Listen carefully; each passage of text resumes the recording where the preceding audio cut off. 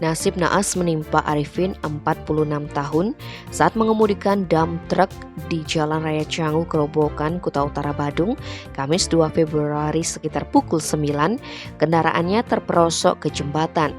Naas nyawa Arifin tak bisa diselamatkan. Menurut Kasih Humas Polres Badung Ibtu Ketut Sudane, peristiwa tersebut bermula ketika Arifin mengendarai truk bermuatan tanah datang dari arah timur menuju ke barat.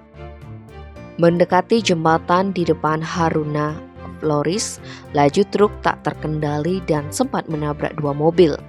Kemudian menabrak pembatas sisi jembatan hingga akhirnya terperosok.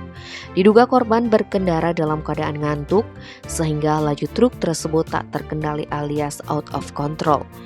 Truk tak sampai terjun ke sungai Pengu yang berada di bawah karena tertahan oleh pipa saluran air.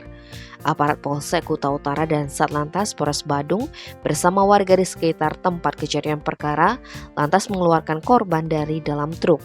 Sayang, pria asal Banyuwangi, Jawa Timur tersebut sudah dalam keadaan tak bernyawa.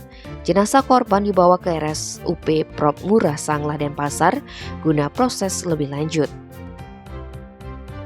Tim Bali Express melaporkan.